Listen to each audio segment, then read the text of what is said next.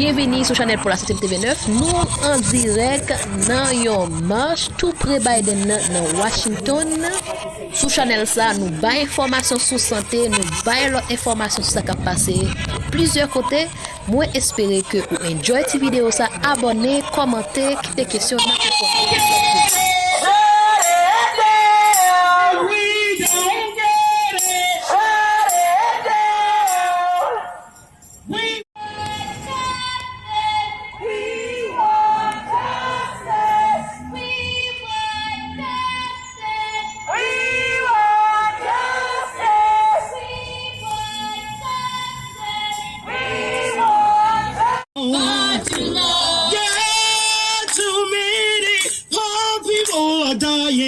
and it's gone on far too long, and we won't be silent anymore,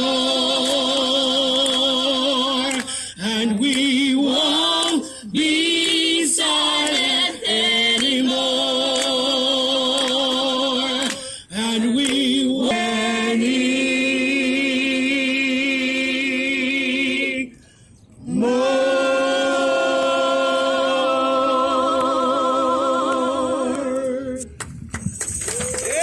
We wanted 140 people, a minimum, to come today to dedicate Pennsylvania Avenue that we're going to fill up on June 18, 2022. We just left a report that showed that poor and low-wealth people died at a rate 5 times higher in some places, in some aspects of this pandemic, and the evidence in places was sometimes deliberately not tracked. And that if it had been tracked, there would have been all of these unnecessary deaths would have not occurred on top of what was already happening. Each of you today will represent millions of people. We will stretch out this line. We will not bunch up today. We want this line to stretch as long, so at least 10 to 15 feet apart at all times, not for COVID, but to make sure that it's long enough and we stay in Pennsylvania Avenue long enough that people know us, see us, and are very clear that June 18th, the Mass Poor People's Low-Wage Workers Assembly and Moral March on Washington to the polls is not a day, but a declaration. And not an end, but a continuation. And from that day, we will intensify and embolden our agitation. But we're going to first make sure the nation sees clearly who we are. Reverend Dr. Liz Steele Harris is going to frame us up for today, and then we're going to of the declaration, why we march, why we assemble. Let me ask all clergy to just raise your hand. Clergy that are out here, my brothers and sisters, we love you. Thank God for you. All impacted persons that are here who identify who are low wealth, and all advocates that are here today, because you don't know anything else to do but to stand up and fight for what's right.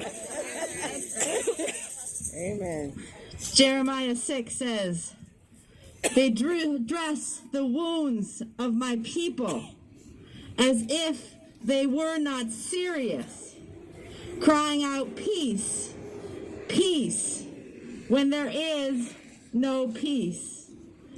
What we heard in this Poor People's Pandemic Report and what we knew going into the COVID-19 pandemic is that there is no peace, there is no justice for almost half of the richest country in human history. We heard that 2 times, 3 times, up to 5 times the number of people who died from COVID and the pandemics that preceded it and have continued through it were from the poorest counties across this nation. Our nation has gotten used to death, especially when it's the death of poor and low-income people. But as we just sang out, our people have been suffering for far too long, but we will not, we cannot, and we are not being silent anymore. We will rise together. Show the pain. Wail. Cry out. And show our power to enact all of our demands, not just a few, from the bottom up. And so let us indeed be here to declare that we are coming and we are ready, and we're poor and we're clergy and we're advocates and we're activists and we're organizers, and we are far from silent. The stones around us and us are crying out. There is no peace. And so we are working for justice. Amen. Yeah. We got a lot of work to do, y'all. We got to scream it. This has got to scream it. So today start. When we march, you can say it like, let me see both sides of those you are wearing party placards. We want everybody to hold up June 18th. Some of you have June 18th, and the person on the other side of you have the facts. One side, if it's 2 by 2, there you go. Because this is about getting the message out. We're not just walking among ourselves, and we won't be satisfied with just ourselves. We have to call this nation. Hey, Pam from West Virginia. All right, we're leaving here right after this, headed to West Virginia for a 5-day march across West Virginia, right into territory of Joe Manchin, right past his nasty coal mines. Right. So this is mobilization time. Yeah. All right, and Reverend Dr. Jackson, our executive director, is going to lead us in the proclamation as we dedicate this space and this street.